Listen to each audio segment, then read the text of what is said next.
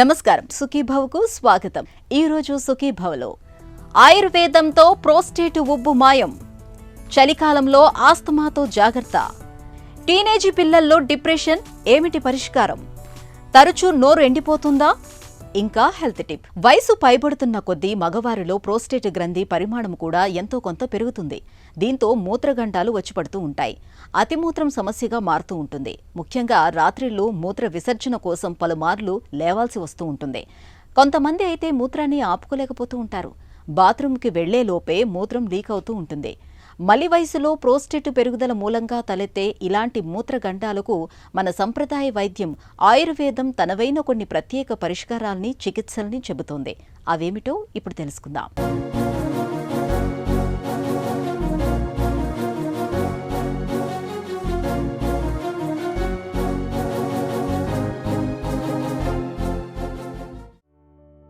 Prostate గ్రంథి వయసులో ఉన్నంతకాలం వీర్యం ఉత్పత్తిలో ముఖ్య పాత్ర పోషించే ఈ గ్రంథి మలి వయసుకు దగ్గరవుతున్న కొద్ది కొద్దిగా ఉబ్బటం ఆరంభమవుతుంది.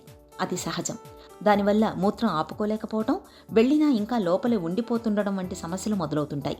ఈ బాధలు, ఇబ్బందులు తప్పించి ఇదేమంత ప్రమాదకరమైంది కాదు. కానీ కొద్దిమందిలో మాత్రం దాదాపు ఇవే లక్షణాలతో పూర్తిగా ఇదే తీరులో ప్రోస్టేట్ క్యాన్సర్ కూడా ఆరంభం కావచ్చు. కాబట్టి దీన్ని ఏమాత్రం నిర్లక్ష్యం చేయడానికి వీల్లేదు. మలి వయసులో మూత్రగండాల్ని తెచ్చిపెట్టే ప్రోస్టేట్ గ్రంథిలో పెరుగుదలను ఆయుర్వేదం మూత్రకృచ్ఛ అని, మూత్రఘాత అని పిలుస్తుంది. 15-20% పాపులేషన్ లోపల 50 సంవత్సరాలకు పైబడిన వాళ్ళల్లో ప్రోస్టేట్ వ్యాధి, దాని వాపు, దానికి సంబంధించినటువంటి ప్రాబ్లమ్స్ చూస్తున్నాం. మూత్రం పోస్తుంటే అబ్స్ట్రక్షన్ కానీ, తట్టుకున్నట్టు ఉండడం కానీ, మూత్రం యొక్క దార లోపల సడన్గా పడిపోవడం కానీ, ఇవి కామన్గా జరుగుతుంటుంది. అంతేకాకుండా 50-60 సంవత్సరాల మధ్య వాళ్ళల్లో ఈ లక్షణాలు లేకపోయినా lower urinary tract syndrome symptoms, అంటే యూజువల్గా ఇన్ఫెక్షన్ కానీ, ఇరిటేషన్ ఇన్ ద బ్లాడర్, మూత్రపు సంచిలో ఉండడం, తర్వాత ముఖ్యంగా పెల్విస్ నడుము లోపల ఒక రకమైనటువంటి అనీజీ, అది లో బ్యాక్ ఏక్ అనుకుంటారు. 50-60 సంవత్సరాల మధ్యలో లో బ్యాక్ ఏక్ రావడానికి కూడా కారణం ఉంది.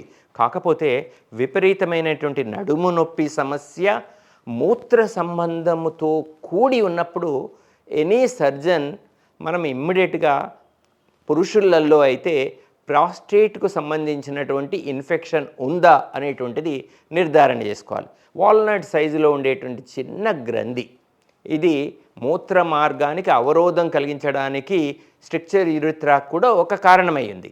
దీనిలో మనం శాస్త్రీయ విశ్లేషణ ద్వారా చూసినట్టయితే అక్యూట్ ప్రాస్టైటిస్, క్రానిక్ ప్రాస్టైటిస్, తర్వాత సబ్అక్యూట్ ప్రాస్టైటిస్ అనేటువంటివి హార్మోనల్ ఇండ్యూస్డ్ ఇన్ఫెక్షన్ ఆధారిత, ఇన్ఫ్లమేషన్ ఆధారిత ప్రాస్టైటిస్ ఉన్నాయి.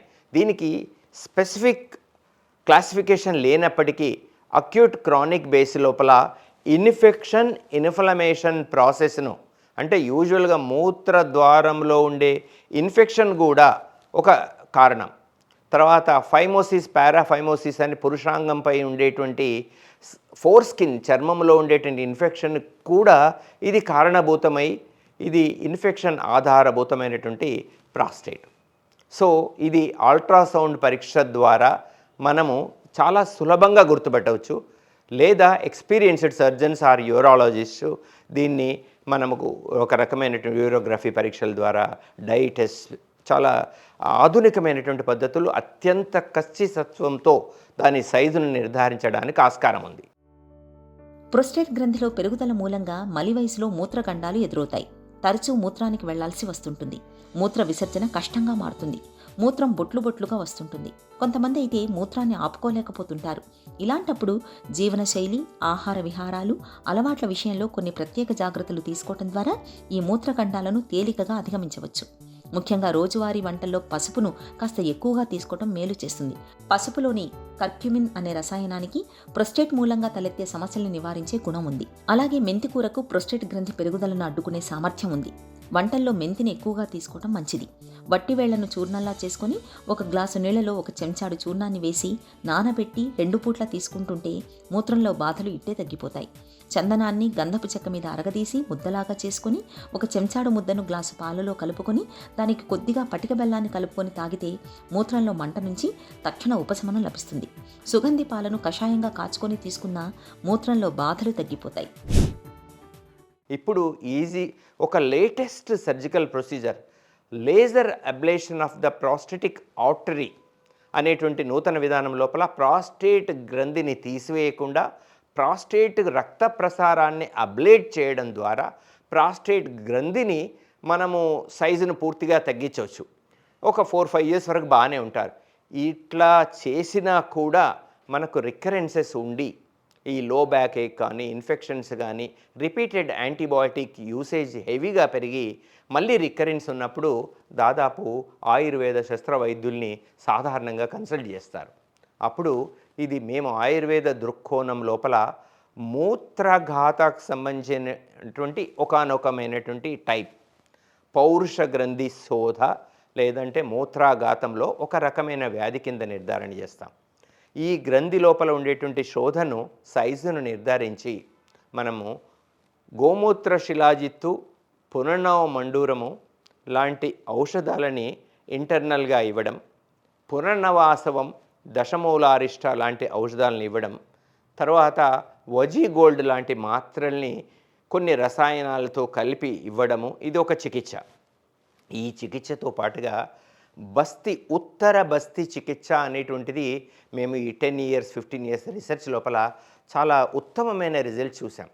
ఉత్తర బస్తి విధానంలో ఏంటంటే మూత్ర మార్గం ద్వారా సన్నటి స్టెరైల్ ప్లాస్టిక్ ట్యూబ్ను బ్లాడర్లోకి ఇంట్రడ్యూస్ చేసి after all taking aseptic precautions శుభ్రమైన వాతావరణం లోపల స్టెరైల్ ఎన్విరాన్మెంట్ లోపల సన్నటి రబ్బర్ ట్యూబులని మూత్రనాళం ద్వారా బ్లాడర్ వరకు దాన్ని 20 to 30 ml sterile medicated oil, దీనిలో సాధారణంగా మేము ఎస్టి మధుభావిత తైలాలని కానీ దశమూలాది తైలాలని కానీ మేము ప్రత్యేకంగా తయారు చేసినటువంటి స్టెరైల్ వాటిని 20 to 30 ml వారానికి ఒకసారి 10 weeks చేయడం ద్వారా ఏదైతే ఉందో ఈ మూత్ర మార్గం ద్వారా ఉండేటువంటి ఇన్ఫెక్షన్సు, ఇన్ఫ్లమేషన్సు, ప్రాస్టేట్ గ్రంథిలో ఉండేటువంటి వాపులు, ఈ ఫైబ్రో ఎలాస్టిక్ స్ట్రక్చర్లో ఉండేటువంటి వాపులు తగ్గిపోయి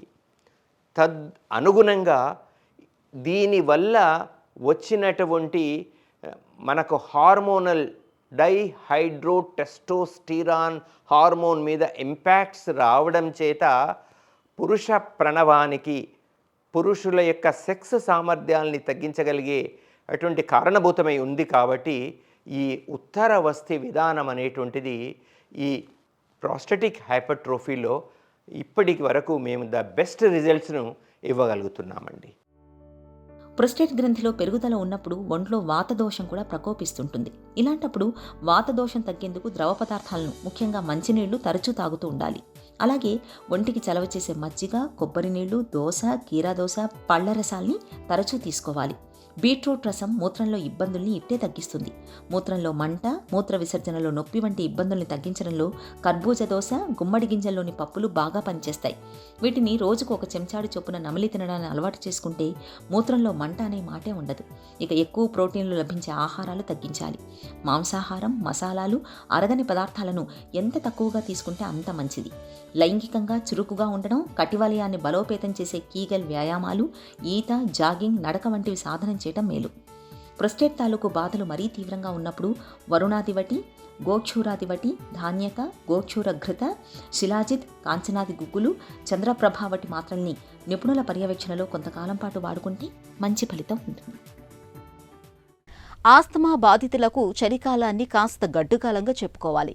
మిగతా సీజన్లతో పోలిస్తే చలికాలంలో చల్లటి వాతావరణం, శీతగాలుల మూలంగా ఆస్తమా ఉధృతంగా మారుతూ ఉంటుంది. దీంతో తరచూ ఆస్తమా అటాక్స్ వస్తూ ఉంటాయి. ఊపిరి సరిగ్గా అందక ఆయాసంతో ఉక్కిరిబిక్కిరైపోతూ ఉంటారు. అయితే సీజన్ మార్పులకు అనుగుణంగా ఆహార, వ్యాయామాలు, జీవన సరళిలో తగిన జాగ్రత్తలు తీసుకుంటే చలికాలంలోనూ ఆస్తమాను చక్కగా అదుపులో ఉంచుకోవచ్చని చెబుతారు డాక్టర్లు. చలికాలంలో ఆస్తమాను అదుపులో ఉంచుకోవటానికి ఏం చేయాలో, ఎలాంటి జాగ్రత్తలు తీసుకోవాలో ఇప్పుడు తెలుసుకుందాం.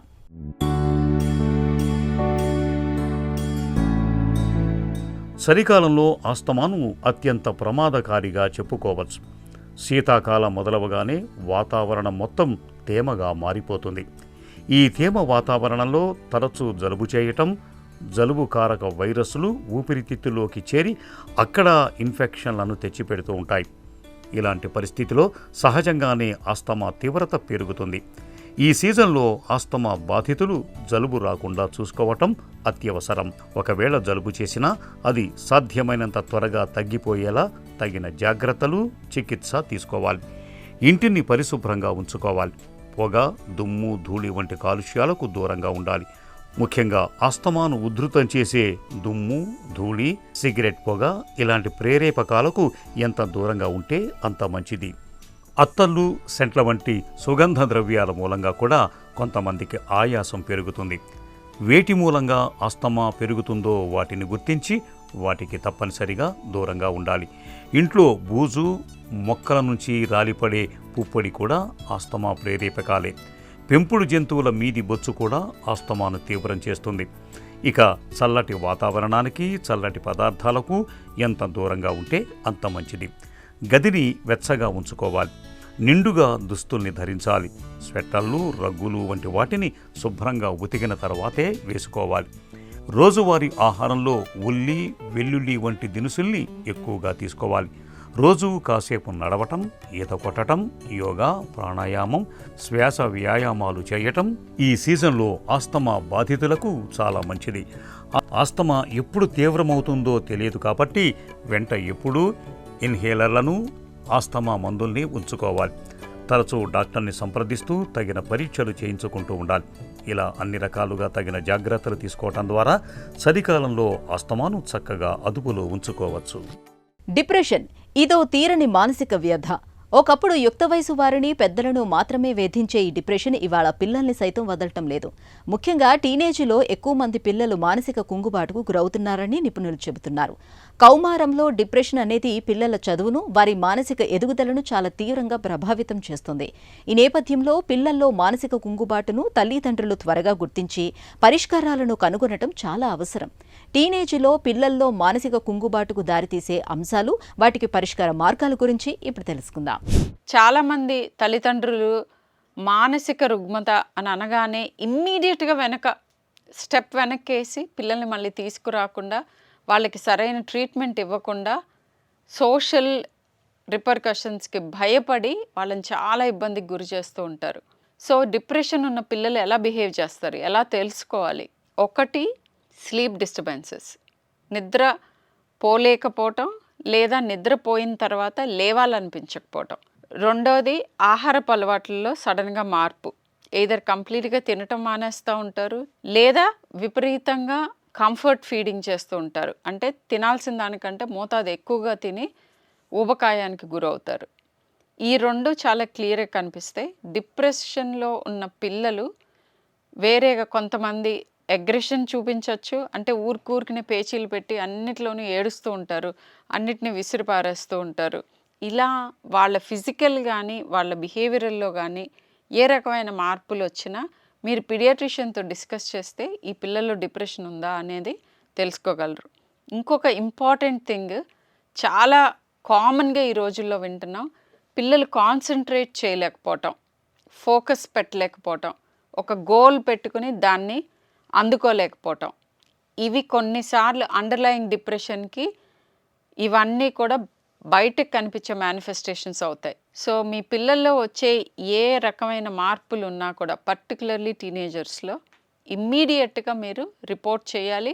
పీడియాట్రిషియన్తో డిస్కస్ చేసి వాళ్ళకి తగిన హెల్ప్ ఇస్తే ఇప్పుడు రైజ్ అవుతున్న టీనేజ్ సూసైడ్స్ ఆర్ సూసైడ్స్ని మనం చాలా వరకు చాలా ఎర్లీగా నివారించే అవకాశం ఉంటుంది. తీవ్రమైన భయాందోళనకు లోనైనప్పుడు నోటి నుంచి మాట పెగలకపోవటం, నోరంతా తడారిపోవటం మనకు అనుభవమే. అలాగే జ్వరంతో బాధపడుతున్నప్పుడు, కొన్ని రకాల మందుల్ని వాడుతున్నప్పుడు కూడా మనలో చాలా మందికి నోరంతా ఎండిపోయినట్లుగా అయిపోతూ ఉంటుంది. అయితే తరచూ నోరు తడారిపోవటం, ఎండిపోయినట్లుగా అవ్వటం అనేది కొన్ని రకాల అనారోగ్యాలకు సంకేతమని చెబుతున్నారు నిపుణులు. నోరు ఎండిపోవటం వెనుక దాగిన కారణాలు, వాటికి పరిష్కార మార్గాల గురించి డాక్టర్ని అడిగి ఇప్పుడు తెలుసుకుందాం.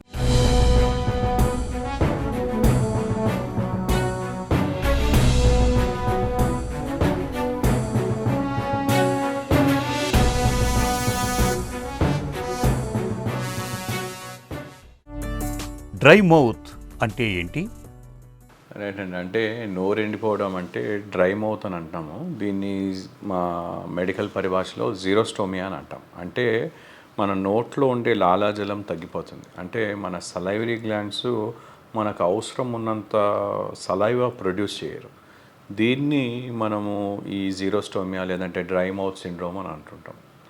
సో దీంట్లో ఏంటంటే ఈ లాలాజలం తగ్గిపోవడం వల్ల తినడంలో అంటే తినేటప్పుడు కానీ నమిలేటప్పుడు మింగేటప్పుడు కూడా మనకి ఇబ్బంది పడుతుంటారు పేషెంట్స్.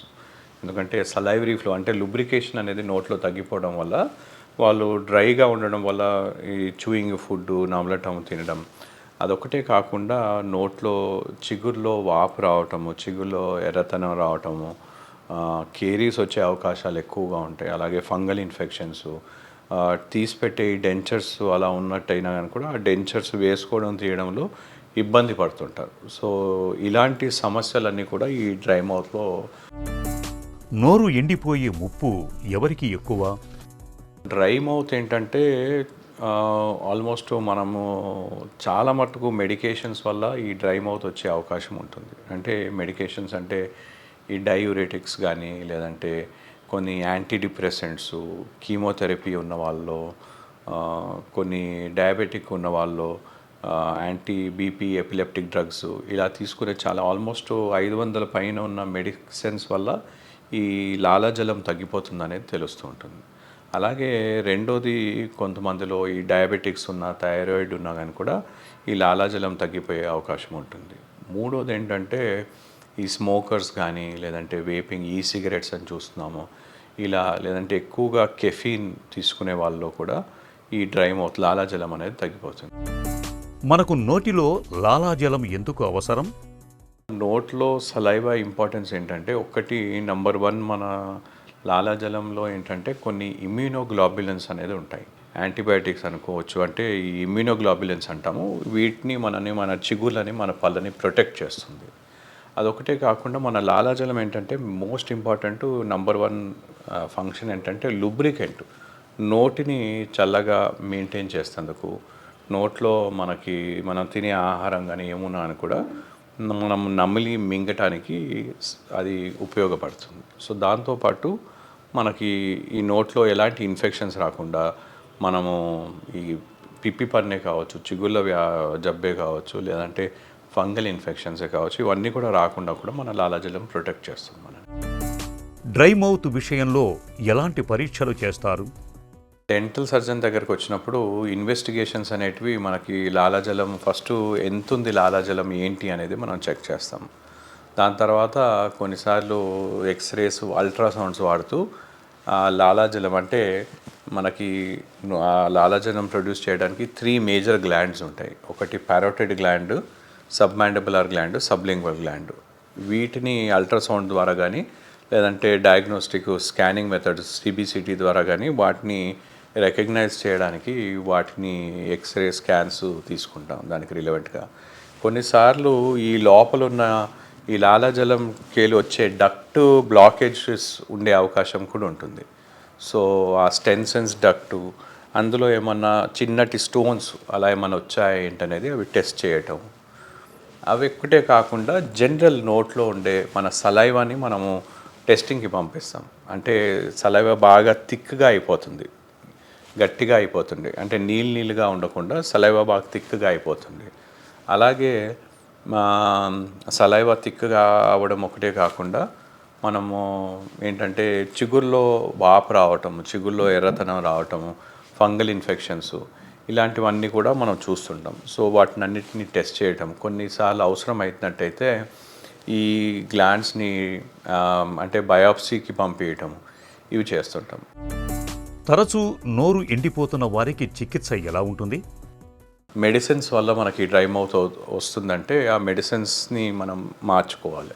అంటే అదే జబ్బుకి, అంటే షుగర్, డయాబెటిక్ కానీ, థైరాయిడ్ కానీ, హైపర్ టెన్షన్ కానీ, లేదంటే వేరే ఎలాంటి డ్రగ్స్ ఉన్నట్టయితే ఈ డ్రై మౌత్ రాకుండా ఉండేటువంటి మాత్రలను వాడాలి.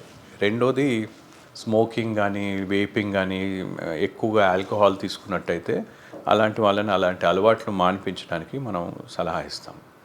మూడోది మనం ఏంటంటే ఈ డ్రై మౌత్లో ఏంటంటే కొన్ని ఆటో ఇమ్యూన్ కండిషన్స్, నేను ఇందాక చెప్పినట్టుగా జోగ్రెన్ సిండ్రోమ్ ఉంటుంది. అలాంటి ఉన్నప్పుడు సిమ్టమాటిక్ ట్రీట్మెంట్ ఉంటుంది. సిమ్టమాటిక్ అంటే లాలాజలం ప్రొడ్యూస్ చేసే సైలోగాగ్స్ అంటాం, సలైవరీ స్టిమ్యులెంట్స్ ఉంటాయి, అంటే వైటమిన్ సి అలాంటివి నోట్లో, లేదంటే కొన్ని చూయింగ్ గమ్స్ ఇస్తాం, జైలిటాల్ కంటైనింగ్ చూయింగ్ గమ్స్ ఇస్తాం. దీంతో ఏంటంటే సలైవా వచ్చేలాగా మనం అది ప్రొడ్యూస్ చేస్తుంది, ఇండ్యూస్ చేస్తుంది అనమాట.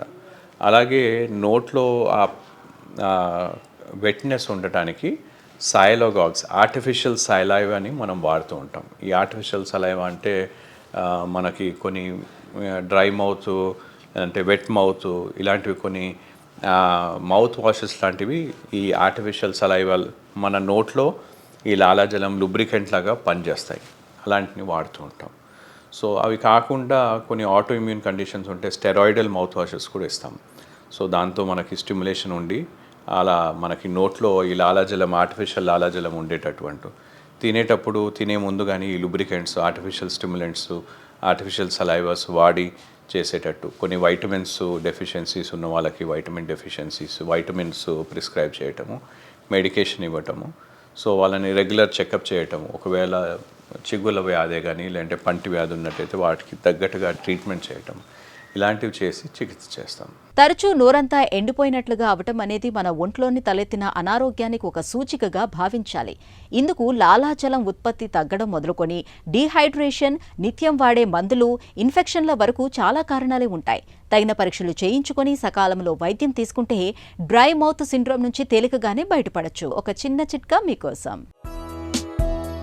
ముఖంపైన మొటిమలు, బ్లాక్ హెడ్స్ ఎక్కువగా ఉన్నప్పుడు తాజా మెంతి ఆకుల్ని మెత్తగా నూరి ఆ మిశ్రమాన్ని ముఖానికి పట్టించండి. పావుగంట తర్వాత చల్లటి నీళ్లతో కడిగేయండి. తరచూ ఇలా చేస్తూ ఉంటే ముఖంపై మొటిమల బెడద చాలా వరకు తగ్గిపోతుంది.